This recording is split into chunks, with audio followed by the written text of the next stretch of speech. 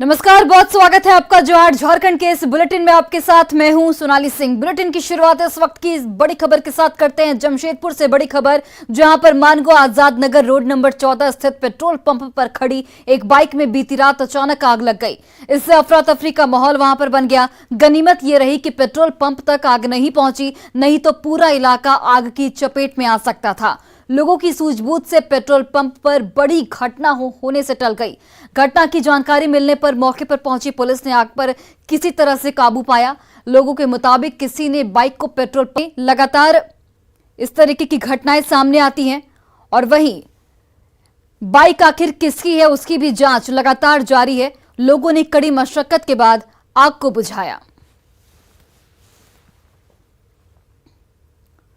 बड़ी खबर आपको बोकारो से बताते चले, जहां पर एक तरफा प्यार में सिरफिरे पर दुमका कांड दोहराने की धमकी देने का आरोप लग रहा है। यहां मुस्लिम युवक रुस्तम पर पीड़ित छात्रा ने छेड़छाड़ करने के आरोप लगाए हैं। साथ ही बात नहीं करने पर वीडियो और फोटो वायरल करने के साथ ही जेल भेजने पर जान से मारने की धमकी देने का भी यहां पर आरोप लगाया गया है। इसे लेकर महिला थाने में मामला भी दर्ज कराया गया है।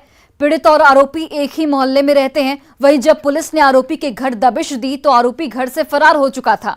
मोहल्ले के लोगों ने आरोपी को आपराधिक प्रवृत्ति का बताया है। पुलिस ने मामले को गंभीरता से लिया है और आरोपी की गिरफ्तारी के लिए लगातार छापेमारी भी इस वक्त जारी है। यही है कि लड़की को छेड़ता था मेरा। हम बार बार समझाते थे कि देखो बाबू, ये मत सोचो कि हम अकेले हैं, हम लड़की वाले हैं, हम तुमको बहुत कुछ कर सकते हैं। तो बोलता था कि जाओ जो करना है कर लो।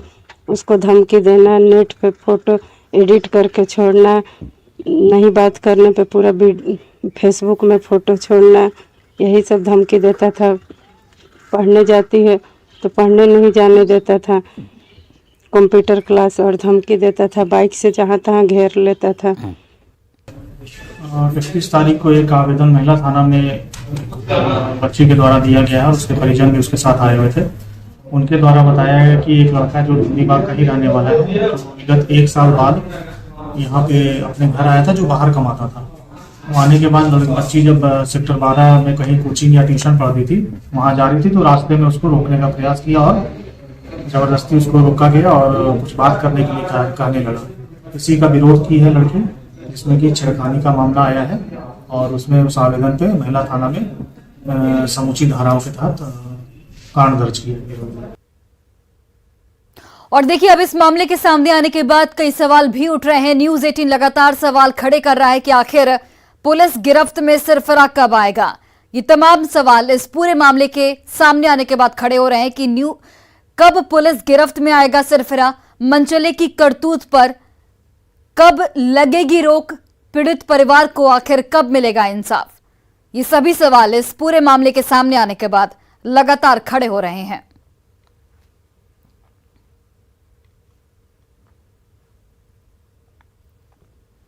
और अब बात करते हैं सियासी हलचल की। झारखंड में सियासी उथल पुथल के बीच राज्यपाल रमेश बैस आज दिल्ली रवाना हो गए हैं।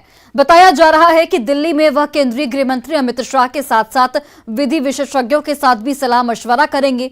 राज्यपाल के दिल्ली जाने का आखिर मकसद क्या है, ज्यादा जानकारी दे रहे हैं हमारे सहयोगी संजय कुमार सिन्हा। झारखंड की सियासत में पिछले 1 हफ्ते से सत्ता पक्ष और विपक्ष के बीच एक दूसरे को रन आउट कराने की तैयारी चल रही है, लेकिन माइंड वार के इस खेल में दोनों पक्षों की ओर से धैर्य का परिचय दिया गया है। लेकिन गेंद अब राजभवन के पाले में है।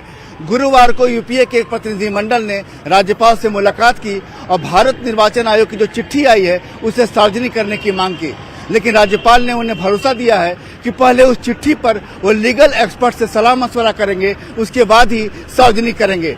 हालांकि इस बीच आज राज्यपाल सीधे दिल्ली के लिए रवाना हो गए और ऐसा माना जा रहा है कि दिल्ली में वो केंद्रीय गृह मंत्री अमित शाह से मुलाकात करेंगे, साथ ही कई लीगल एक्सपर्ट से भी उनकी सलाह लेंगे। लेकिन सबसे बड़ी बात यह है कि कल हेमंत कैबिनेट में जो 5 सितंबर को एक दिन का विशेष सत्र बुलाने का आह्वान किया गया है, क्या राज्यपाल का फैसला 5 सितंबर से पहले आएगा या उसके बाद। कैमरामैन संजीव तिवारी के साथ संजय कुमार सिन्हा, न्यूज़ 18 रांची। और इस वक्त एक बड़ी खबर सूत्रों के हवाले से आपको बताते चले, रायपुर में सियासी हलचल बढ़ सकती है। कांग्रेस कोटे के मंत्री रायपुर पहुंच सकते हैं। शाम तक मंत्री रायपुर पहुंच सकते हैं। मंत्रियों के शाम तक पहुंचने की संभावना इस वक्त जाहिर की जा रही है। 2 से 3 मंत्री के पहुंचने की संभावना है। वहीं देखिए, बीजेपी युवा मोर्चा की ओर से प्रदर्शन किया जाएगा। दोपहर 3 बजे प्रदर्शन की सूचना मिली है और इसी सूचना के मद्देनजर पुलिस फोर्स की ओर से बैरिकेडिंग भी की गई है। तो इस वक्त बड़ी खबर आपको सूत्रों के हवाले से बता रहे हैं। आज शाम तक कांग्रेस कोटे के मंत्री पहुंच सकते हैं। कांग्रेस कोटे के मंत्री करीब 2 से 3 मंत्रियों की बात सामने आ रही है, जो कि आज शाम तक उस रिजॉर्ट में पहुंच सकते हैं जहां पर 29 विधायक पहले से मौजूद हैं। बीजेपी युवा मोर्चा की ओर से यहां पर प्रदर्शन भी किया जाएगा। दोपहर 3 बजे का वक्त दिया गया है और इसी के मद्देनजर पुलिस की ओर से भी सुरक्षा के पुख्ता इंतजाम किए गए हैं। सुरक्षा के लिए बैरिकेडिंग भी यहां पर कर ली गई है। और इस खबर पर ज्यादा जानकारी के साथ रायपुर से हमारे सहयोगी अविनाश इस वक्त जुड़ गए हैं। अविनाश, एक बार फिर से सियासी हलचल तेज हो गई है। एक तरफ शाम में कांग्रेस कोटे के 2 से 3 मंत्रियों के आने की संभावना जाहिर की जा रही है, वहीं दूसरी तरफ दोपहर 3 बजे का वक्त जब बीजेपी युवा मोर्चा की ओर से प्रदर्शन किया जाना है। ऐसे में वहां पर आप किस तरीके की स्थिति देख पा रहे हैं? पुलिस फोर्स कितनी वहां पर आपको देख पा रही है और सुरक्षा के किस तरीके से इंतजाम किए गए हैं?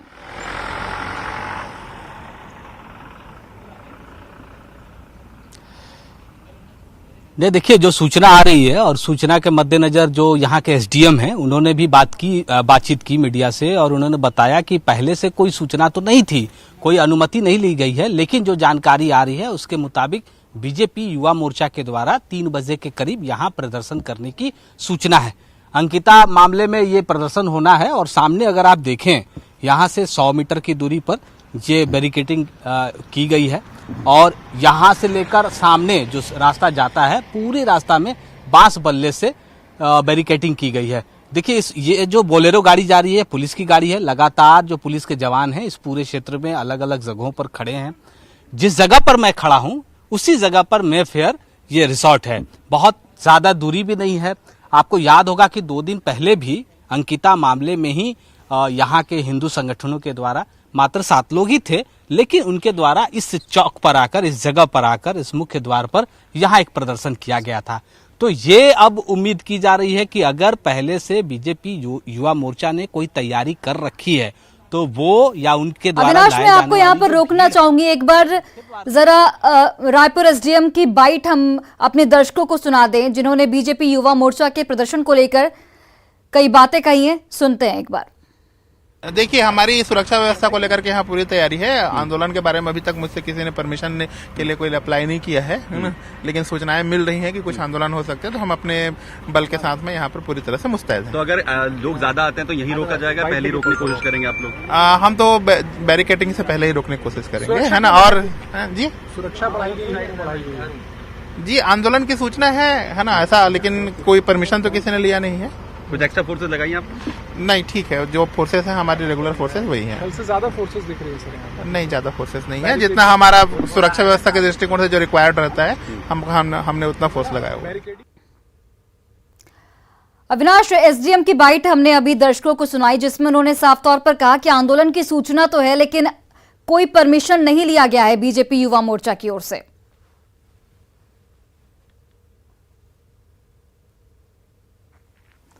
नहीं, मैंने पहले ही कहा कि कोई पहले से कोई परमिशन नहीं है, लेकिन जो सूचना आ रही है, या फिर हम ये भी कहें कि जो यहाँ पर बीजेपी युवा मोर्चा के द्वारा जो चलाया जाने वाला व्हाट्सएप ग्रुप है, उसमें जो सूचना प्रेषित की जा रही है, उसके मुताबिक भी अगर हम देखें तो 3 बजे का समय निर्धारित है और बीजेपी युवा मोर्चा ने अपने कार्यकर्ताओं से यहाँ जुटने को कहा है। हालांकि संख्या बहुत ज्यादा नहीं हो सकती है, क्योंकि ये शहर से दूर है। जो न्यू रायपुर है, इस इलाके में ये मेफेयर रिसोर्ट है, इसलिए पुलिस के मुताबिक भी संख्या बहुत ज्यादा नहीं रहेगी। लेकिन जो लोग भी आएंगे उन्हें यहां तक पहुंचने से रोका जाएगा। और इसके लिए बैरिकेडिंग की बात करें, उससे पहले पुलिस के जवानों की बात करें, या फिर लगातार पुलिस के लोग जो पदाधिकारी हैं वो भी जो प्रदर्शनकारी हैं यहाँ जो पहुंचने वाले हैं उनसे भी संपर्क में हैं। और यह भी कहा जा रहा है कि उन्हें समझाने की भी कोशिश हो रही है कि यहाँ आकर इस तरह का प्रदर्शन ना करें, इसकी कोई जरूरत नहीं है, क्योंकि यहाँ जो लोग यहाँ मौजूद हैं, यहाँ से अंदर 1.5 किलोमीटर 2 किलोमीटर अंदर हैं विधायक, तो आपकी बात भी नहीं पहुंच पाएगी, ना हम आपको उनसे मुलाकात करा सकते हैं। अविनाश, ये भी जानकारी आपसे लेना चाहेंगे कि सूत्र ये बता रहे हैं कि कांग्रेस कोटे के 2 से 3 मंत्री आज शाम तक पहुंच सकते हैं। ये खबर कितनी पुख्ता है और कौन कौन से मंत्री होंगे, क्या नाम अभी तक सामने आए हैं?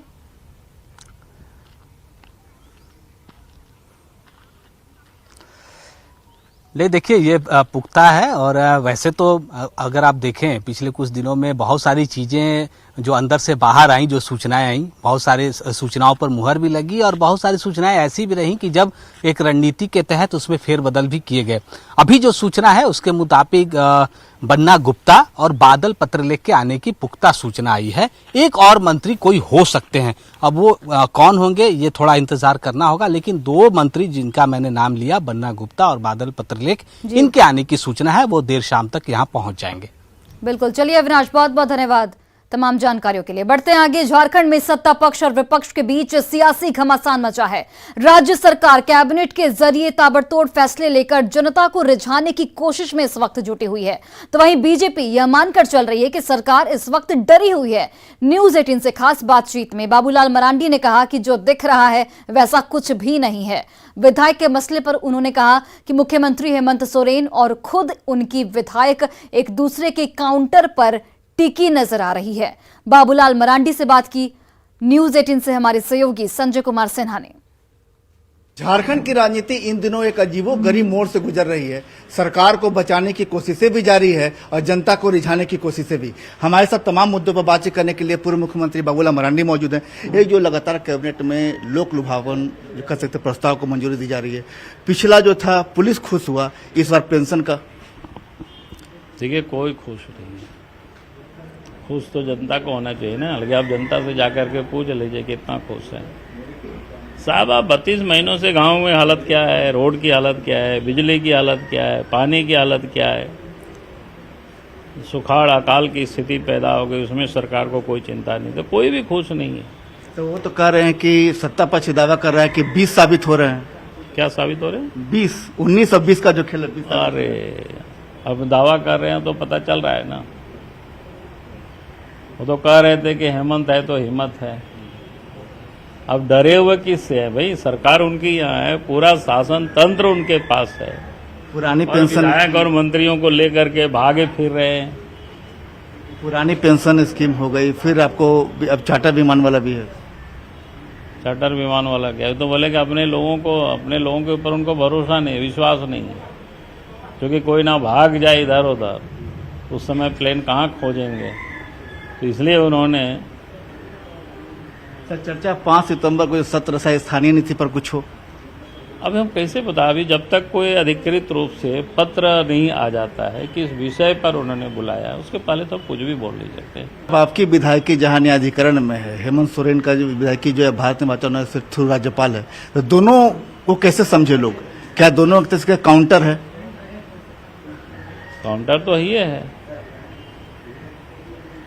क्योंकि उनको लगता है कि भाई हमारी अगर सदस्यता जा रही है तो इनको भी क्यों नहीं चला जाए। और ये इंटेंशन आज से नहीं, शुरू से इन्होंने रखा है। ये बाबूलाल मरांडी का साफ कहना है कि सरकार को डराने की जरूरत नहीं है, लेकिन जहां तक विधायकी का मामला है इसमें स्पीकर बायस्ड होकर काम कर रहे हैं। कैमरामैन संजीव तिवारी के साथ संजय कुमार सिन्हा, न्यूज 18 रांची। और इस वक्त एक और बड़ी खबर रांची से आपको बताते चले, रुपेश हत्याकांड की सीबीआई जांच कराई जाएगी। हजारीबाग में रुपेश की हत्या हुई थी। झारखंड हाईकोर्ट की ओर से ये बड़ा फैसला लिया गया है, बड़ा आदेश दिया गया है कि अब इस हत्याकांड की जांच सीबीआई की ओर से की जाएगी। रुपेश की मां ने इसे लेकर याचिका भी दायर की थी।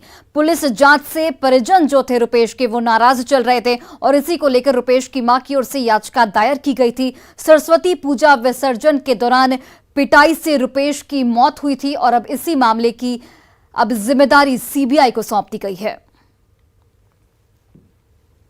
बीजेपी प्रदेश अध्यक्ष दीपक प्रकाश ने पलामू के पांडु में बेघर हुए महादलित लोगों से मुलाकात की। इस दौरान उन्होंने राज्य सरकार पर राज्य के लोगों के प्रति लापरवाह होने के आरोप लगाए।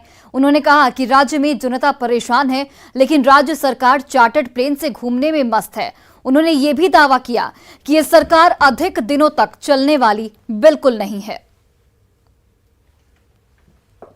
और दुमका जिला अधिवक्ता संघ ने नाबालिग लड़की को जलाकर मारने के आरोपियों का मुकदमा नहीं लड़ने का फैसला किया है। अधिवक्ता संघ ने बैठक में यह बड़ा फैसला लिया है। बैठक के दौरान वकीलों ने घटना की निंदा की, साथ ही यह फैसला लिया गया कि आरोपी शाहरुख और नईस के पक्ष में कोई पैरवी नहीं करेगा।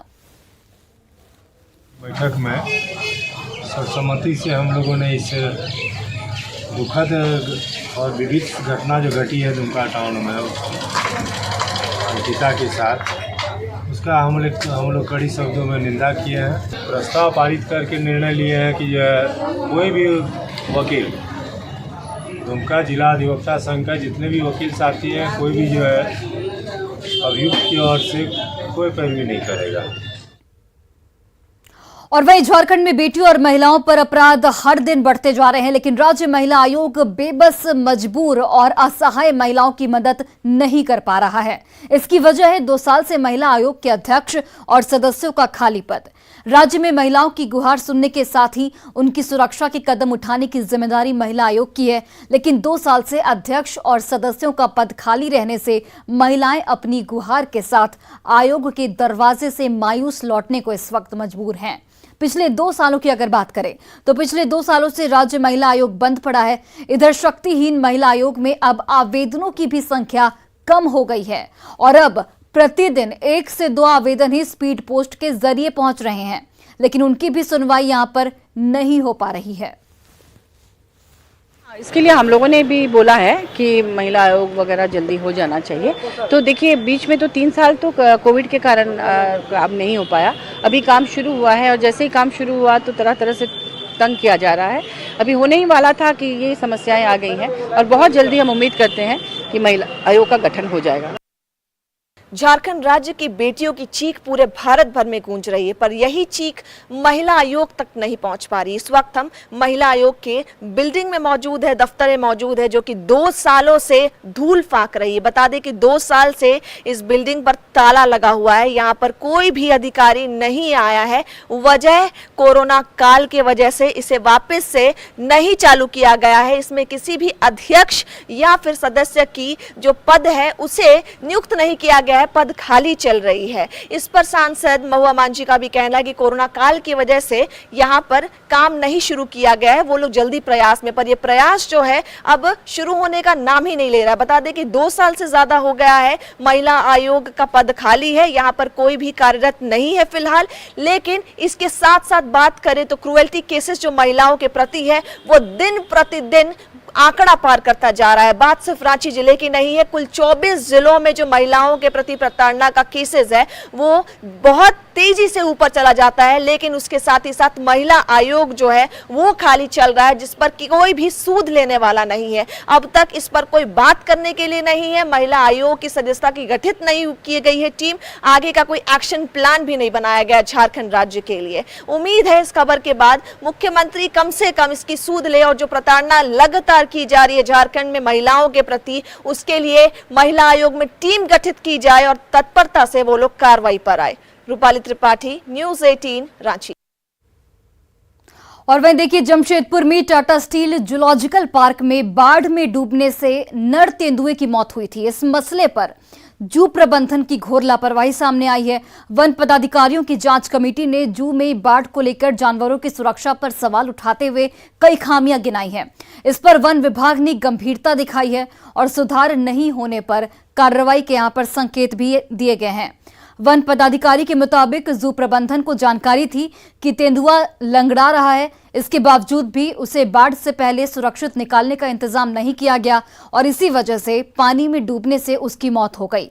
अब तेंदुए की मौत की रिपोर्ट पर जू अथॉरिटी ऑफ इंडिया आगे की कार्रवाई कर सकता है। फ्लड एक्शन प्लान में उन्होंने काफी सारे स्टेप्स मेंशन किए थे। उसमें भी अगर हम देखें तो लैप्सेस के रूप में जैसे उन्होंने मेंशन किया है, एक एग्जाम्पल है कि फर्स्ट फ्लोर एक क्रिएट करना था तो उसकी जगह पे केवल एक छज्जा बना दिया गया है, या वुड के स्टेयर्स बनने थे तो स्टेयर्स की जगह केवल वुड के पीसेस को रख दिया गया है। तो इस तरह के लैप्सेस का जिक्र रिपोर्ट में किया गया है। और अब राजधानी रांची के अडॉप्शन सेंटर से अगर आपको किसी अनाथ या फिर असहाय बच्चे को गोद लेना है तो आपको जमशेदपुर या फिर धनबाद जाना पड़ेगा। दरअसल रांची के अडॉप्शन सेंटर का निबंधन फेल हो गया है। पिछले 1 साल से रांची के 2 मुख्य अडॉप्शन सेंटर संचालकों ने री रजिस्ट्रेशन का आवेदन जिला प्रशासन को दे दिया है, पर निदेशालय ने अब तक इस दिशा में कोई ठोस कदम नहीं उठाए हैं। ऐसे में दोनों ही सेंटर लगभग काम करना बंद कर चुके हैं।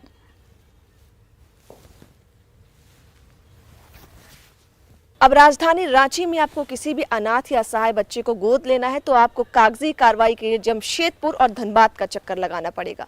ठीक मेरे पीछे रांची का मुख्य अडॉप्शन सेंटर है जिसका नाम सहयोग विलेज है। इसका निबंधन जो है रजिस्ट्रेशन वो करीबन 1 साल से फेल चल रहा है। इसमें फिलहाल 11 बच्चे हैं जो कि अडॉप्शन के लिए हैं और इसका 1 साल से रजिस्ट्रेशन फेल है। इसकी संचालिका ने हालांकि जिला प्रशासन से आवेदन दे दिया है। आवेदन 1 साल पहले दिया है, फिर भी उसको लेकर कोई भी ठोस कदम जिला प्रशासन ने अब तक नहीं उठाया। बता दें कि रांची में 2 मुख्य अडॉप्शन सेंटर है जिसका निबंधन 1 साल से फेल चल रहा है, पर अभी तक प्रशासन ने कोई ठोस कदम नहीं उठाया है और जो अडॉप्शन की प्रक्रिया है वो बहुत धीमी चल रही है। अगर पेरेंट्स यहाँ पर आते हैं तो पहले यहाँ पर बच्चे देखेंगे और जो भी कागजी कार्रवाई है उसके लिए उनको जमशेदपुर और धनबाद का चक्कर लगाना पड़ेगा अडॉप्शन के लिए। उम्मीद है कि जिला प्रशासन इसको लेकर थोड़ी सी तत्पर हो ताकि जो निबंधन है वो हो पाए। ऐसे में सबसे बड़ा सवाल प्रशासन पे ही उठता है कि जब अडॉप्शन सेंटर यहाँ पर तो कागजी कार्रवाई के लिए जिला के बाहर लोगों को क्यों जाना पड़ रहा है।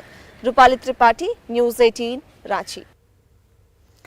और फिलहाल इस बुलेटिन में बस इतना ही, लेकिन खबरों का सिलसिला लगातार जारी है। आप देखते रहिए न्यूज़ 18 बिहार झारखंड।